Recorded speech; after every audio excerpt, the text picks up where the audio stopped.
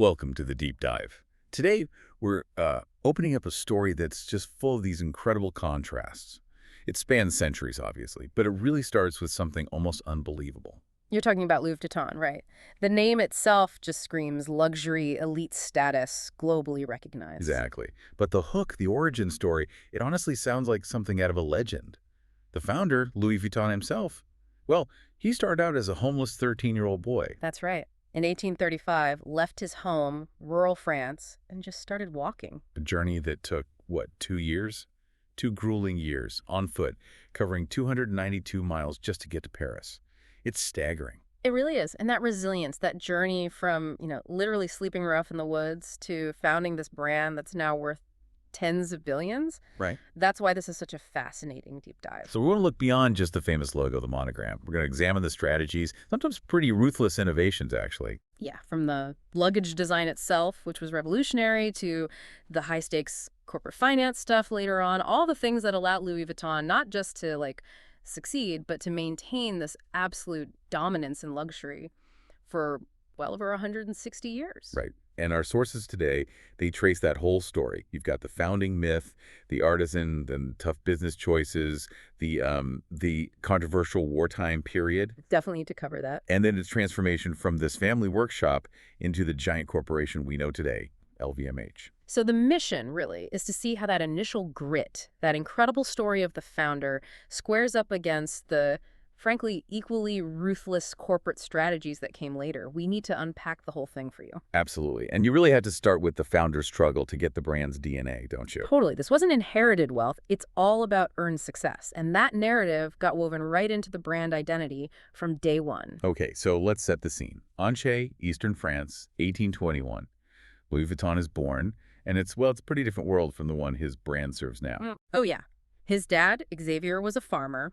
His mother, Coronne, a milliner, someone who makes hats. Humble beginnings. But hardship hit early. His mother died when he was only 10, that was 1831, and his father remarried quite quickly. And that new home life, well, the sources suggest it was really tough for him. He apparently had a very strict stepmother, and Louis just wasn't happy. So that dissatisfaction, plus, maybe the general lack of opportunity in a small village like Anchay, it pushed him to do something incredibly bold. He wasn't even a teenager yet. Yeah. Spring 1835, he's 13 years old, and he just leaves, makes the decision, walks out. With no money, no real plan, just this idea that Paris, 292 miles away, was the place to be for innovation, for opportunity. Just imagine that journey for a 13-year-old back then. It took 2 whole years, a massive test of endurance. And how did he survive?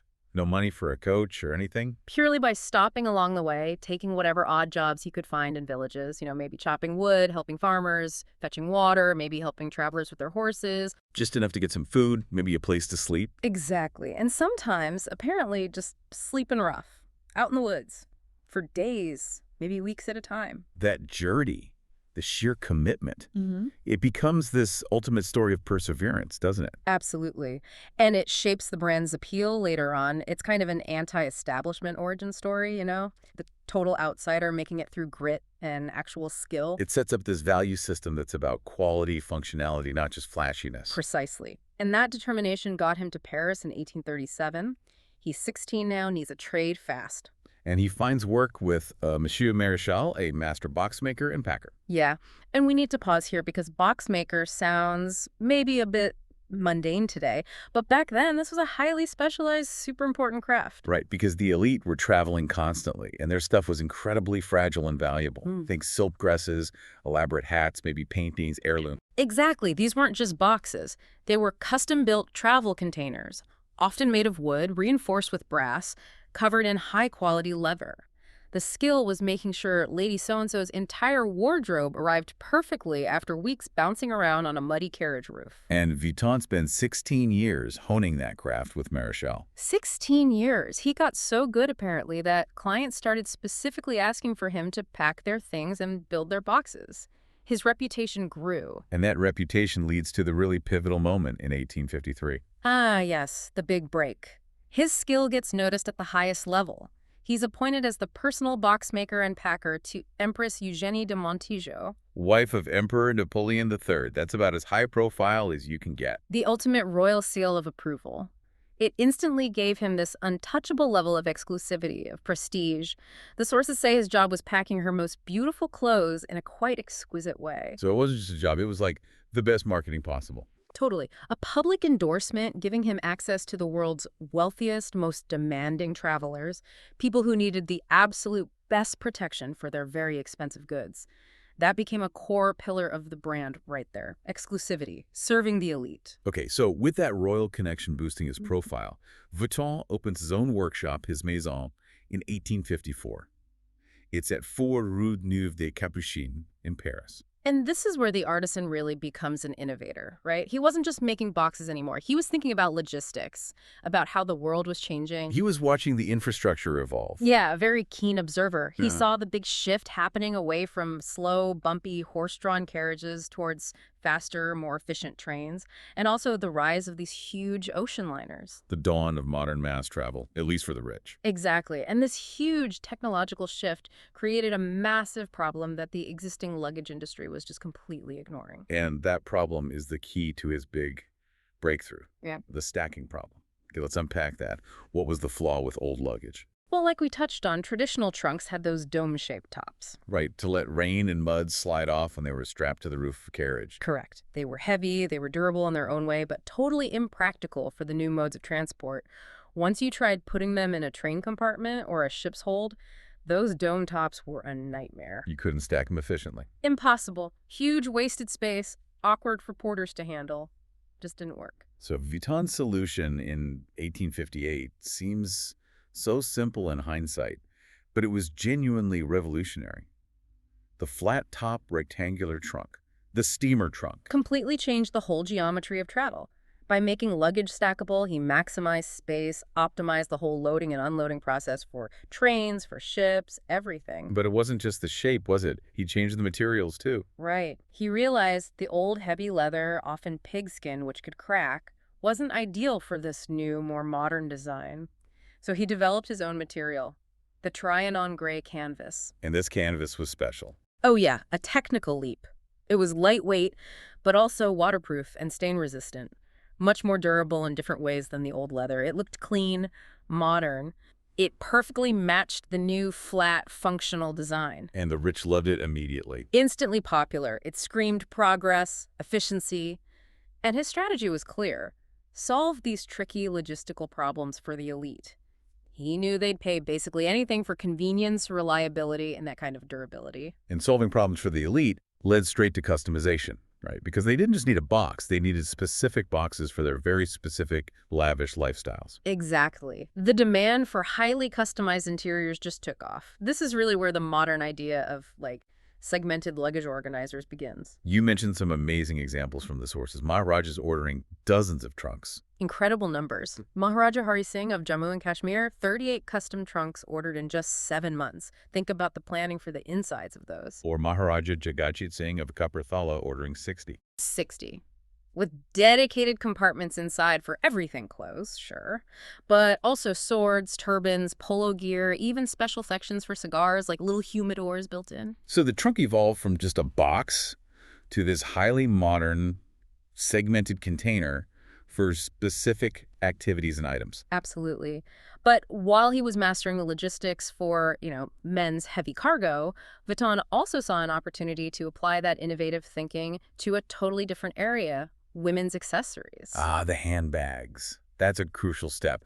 Because before him, women's bags were often seen as Bulky, heavy, kind of inelegant, as the sources put it. They weren't really something you'd carry around socially outside of actual travel. So he used his new lightweight canvas. Yes, he applied the same principles, lightweight materials, stylish design to create smaller, more fashionable handbags. And this really helped drive the acceptance and popularity of women carrying handbags in high society. Turning it from a travel necessity into a fashion statement. Precisely. It became a central accessory, not just a piece of luggage. And all this innovation, the Yeah. trunks, the bags that got noted. It did. They won a bronze medal for their unique ideas at the Paris Universal Exhibition, the World's Fair, in 1867.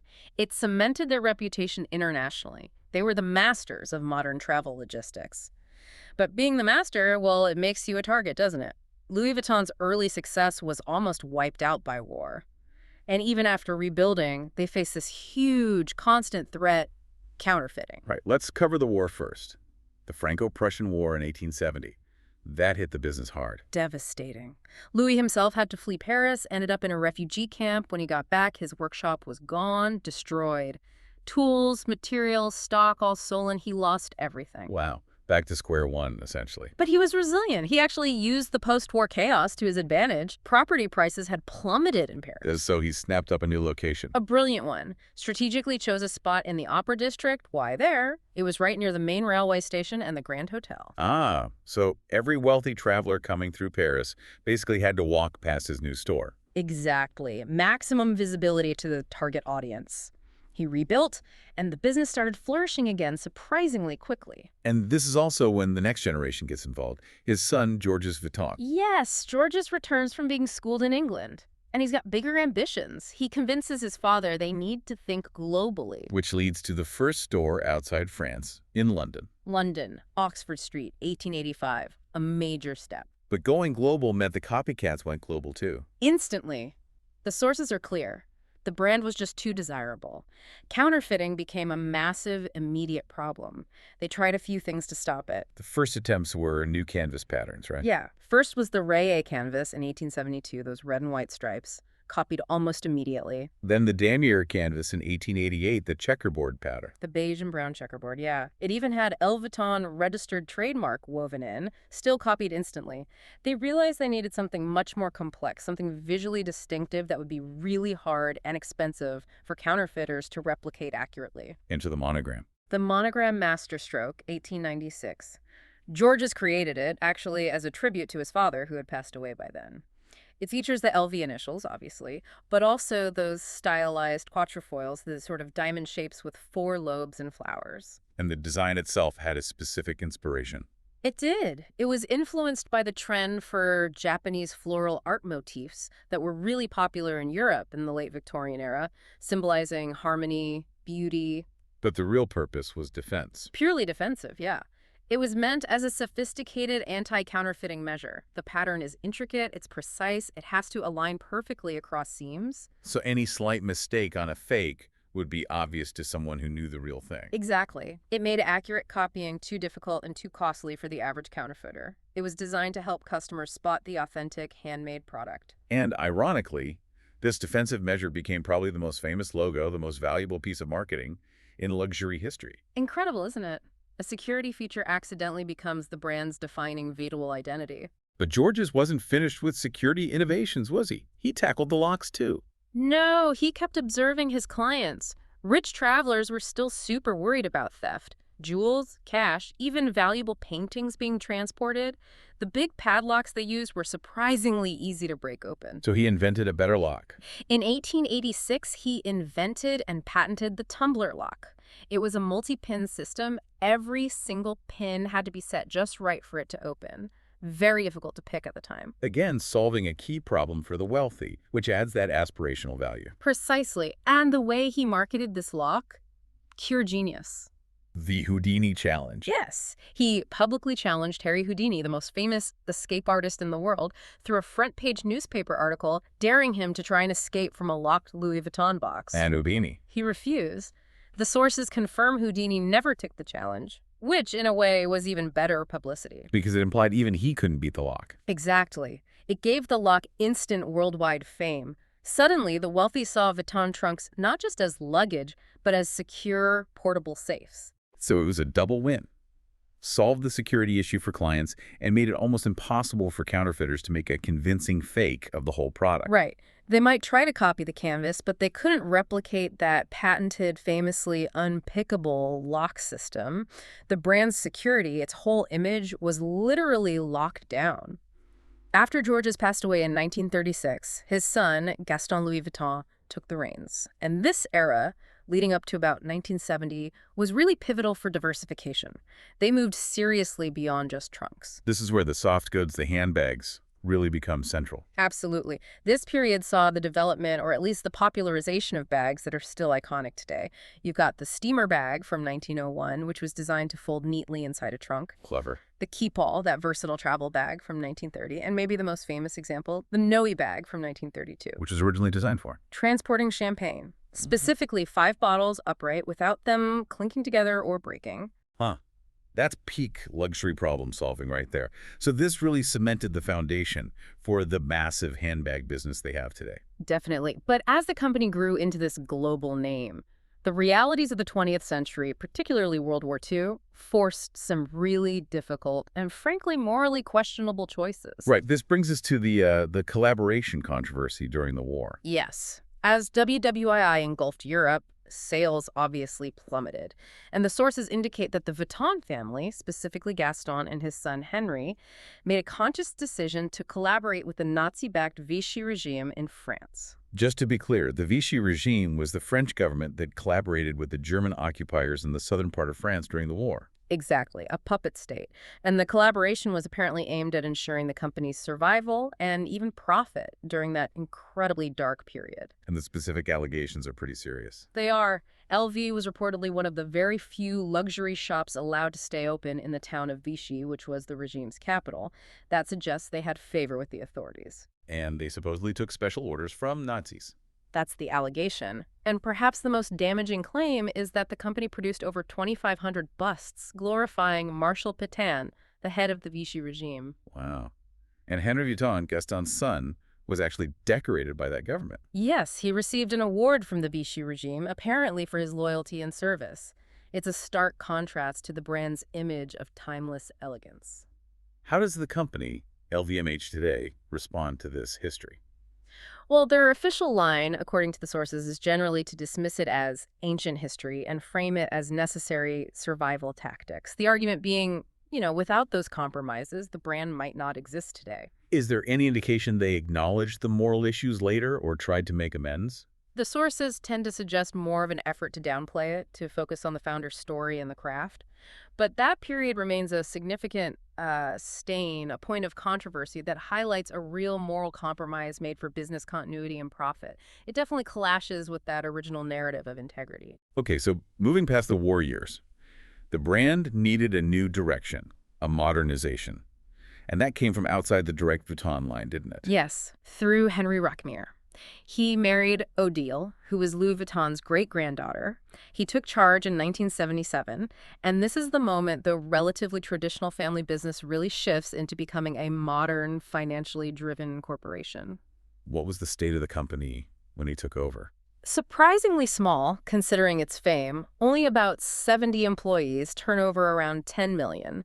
But Rockmere was a sharp businessman, came from the steel industry, I believe. And he saw a problem with their distribution. A massive one. They were still relying heavily on wholesalers, department stores, intermediaries, and he realized these middlemen were taking enormous cuts of the profit, sometimes apparently marking things up over 100% before LV saw its share. So what did he do? Something pretty radical for the luxury world back then. He cut out the middleman completely. He moved Louis Vuitton towards 100% direct retail, selling only through their own LV-branded stores. They took control of the entire customer experience and, crucially, the entire profit margin. Exactly. And the impact was immediate and huge. Within about 6 years, profits jumped to over 250 million. It was transformative. And that success fueled the next big step, Right. going public. Right. Rockmere realized they needed serious capital to fund global expansion on the scale he envisioned. So he took the company public in 1984, listing it on both the Paris and New York stock exchanges. And used that money to open stores everywhere. Over 130 new stores worldwide. It set the stage for Louis Vuitton becoming the truly global luxury powerhouse it is today. But it also made them a target. So going public in '84 was a huge success, but it put them on the radar, right? Yeah. Made them attractive for a takeover. Absolutely. By 1987, both Louis Vuitton under Rockmere and another major French luxury player, the drinks conglomerate Moet Hennessy, think champagne and cognac. Right. Both were getting nervous about potentially hostile takeovers, particularly from aggressive American investors who were starting to eye up European luxury brands. So the solution was a defensive merger.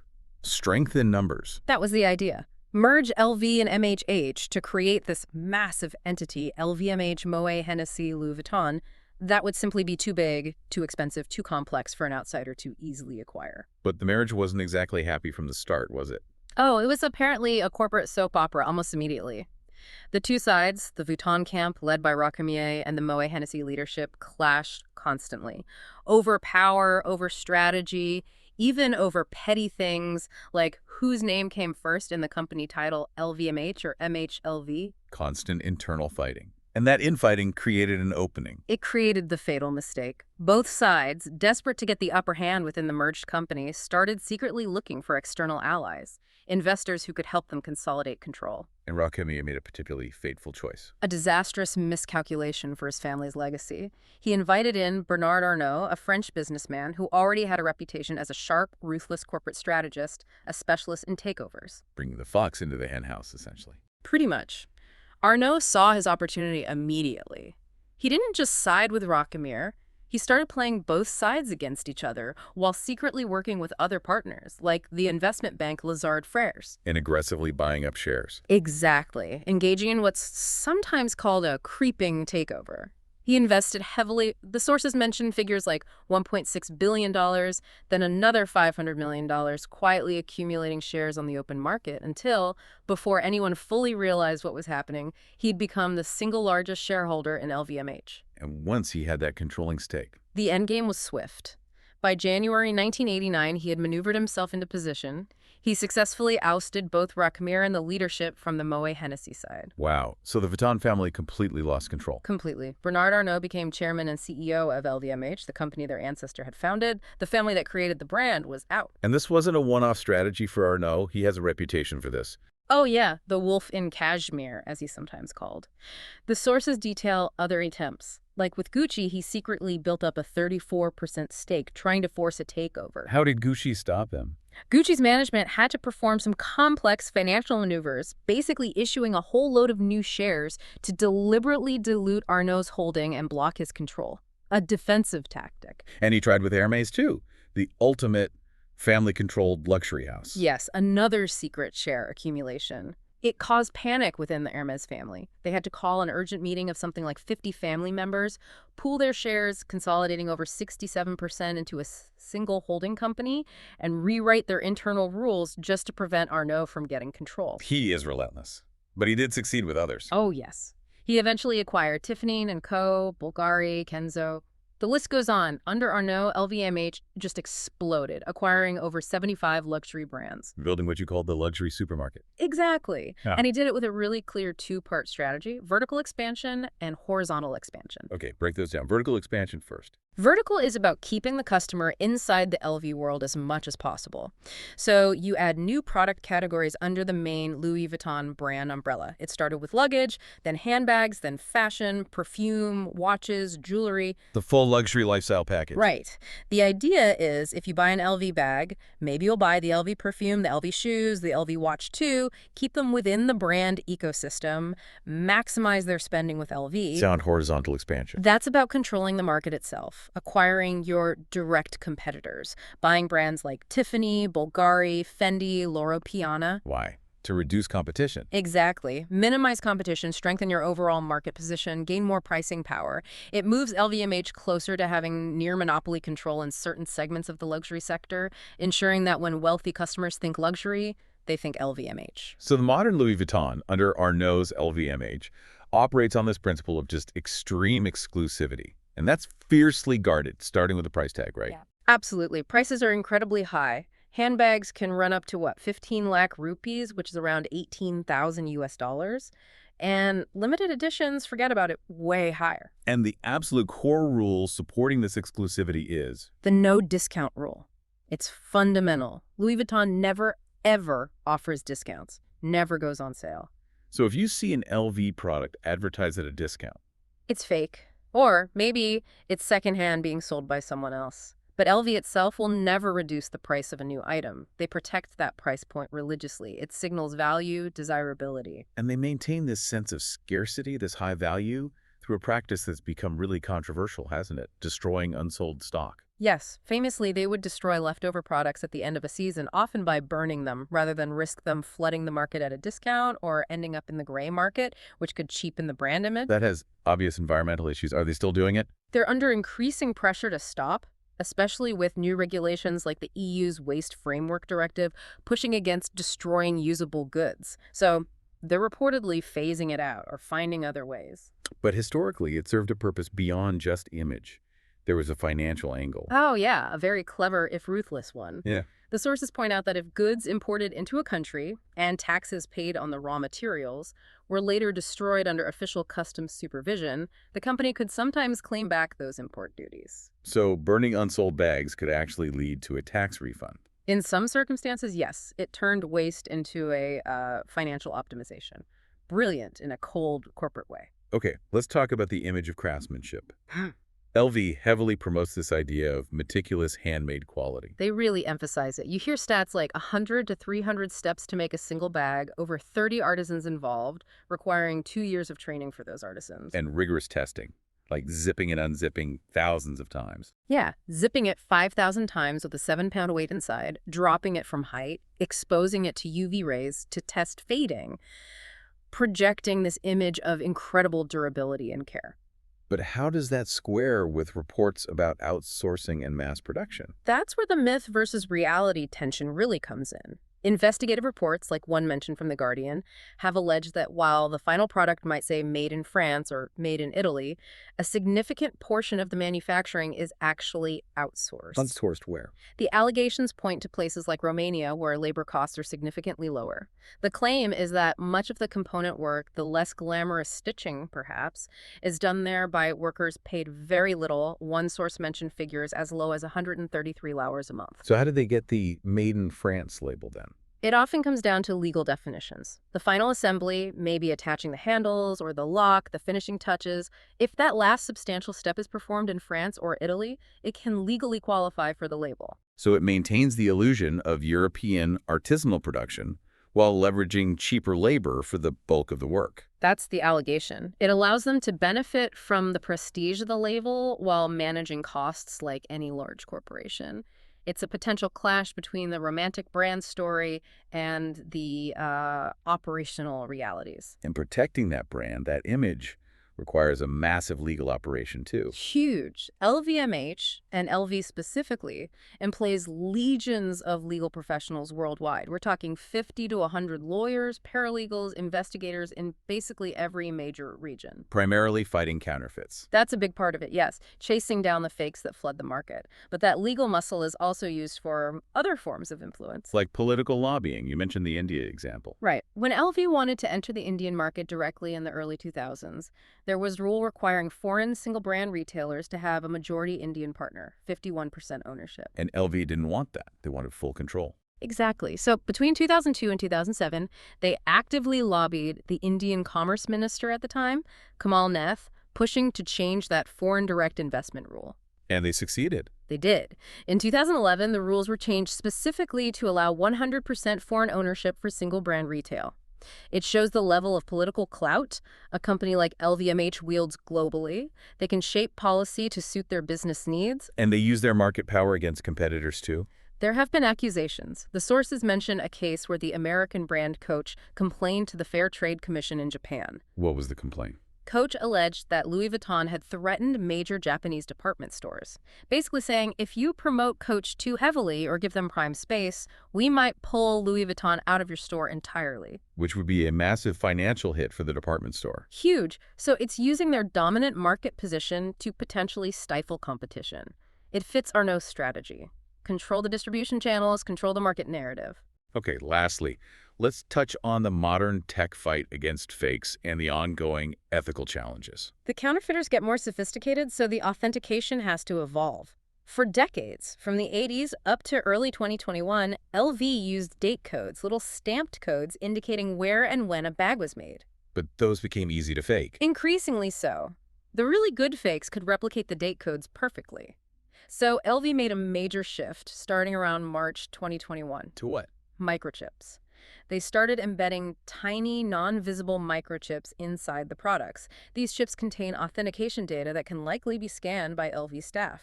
So authentication becomes digital, invisible to the naked eye, much harder to replicate. Exactly. A significant technological leap in the anti-counterfeiting war. But even as the tech advances, ethical questions about the supply chain persist. Particularly around animal welfare. Yes. The use of exotic skins, crocodile, python, ostrich, has drawn fire from groups like PETA.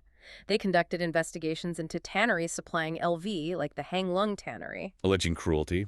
alleging practices like live skinning, inhumane conditions, use of electric shock, really disturbing claims about how these exotic skins are sourced. And how did PETA fight back against a giant like LVMH? Very cleverly, they became shareholders. PETA bought shares in LVMH. Why? What does that allow them to do? It gives them the legal right to attend the annual shareholder meetings and directly confront the board and CEO, Bernard Arnault himself, with their findings and demands in front of other investors in the press. Using the corporate structure against itself to gain publicity. Exactly. It generated worldwide headlines and put direct pressure on the company regarding the ethics of its supply chain, showing that even a behemoth like LVMH isn't immune to scrutiny over these issues today. Hashtag tag text outro. So when you trace that whole arc, it's just extraordinary. From that 13-year-old boy's 2-year walk, fueled by pure determination, to this $12.8 billion global empire. An empire built on, yes, innovation, the flat trunk was genius, the lock was brilliant, but also on this ruthless commitment to exclusivity. Absolutely. The no discount rule, the historical practice of destroying stock to maintain value, it's all about protecting the idea of the brand. And then solidified by Bernard Arnault's aggressive corporate strategy. The takeovers, the vertical and horizontal expansion, building that luxury supermarket. Yeah, the story really shows that for Louis Vuitton today, protecting that aura of exclusivity, using technology like microchips, using immense legal power globally, using corporate consolidation is just as important, maybe even more important in some ways, than the physical quality of the product itself. The founder's story of craft and perseverance is still the marketing narrative, the legend they sell. But the reality is this incredibly sophisticated, financially engineered machine. And Arnault's success is undeniable. His strategies have kept LV dominant, made LVMH incredibly profitable, better returns than gold sometimes, the sources note, and made him one of the richest people on the planet. It demonstrates that in modern luxury, corporate power really is the ultimate shield. Which brings us to that final sort of provocative thought, doesn't it? You have this brand founded on genuine, individual, painstaking craft. That boy walking 292 miles is the ultimate symbol of that. Right. But now, its iconic status is maintained by immense corporate power, by technology, by systems designed to guard exclusivity at all costs. It really makes you ask, where does that original spirit of craftsmanship end and the reality of corporate monopoly begin?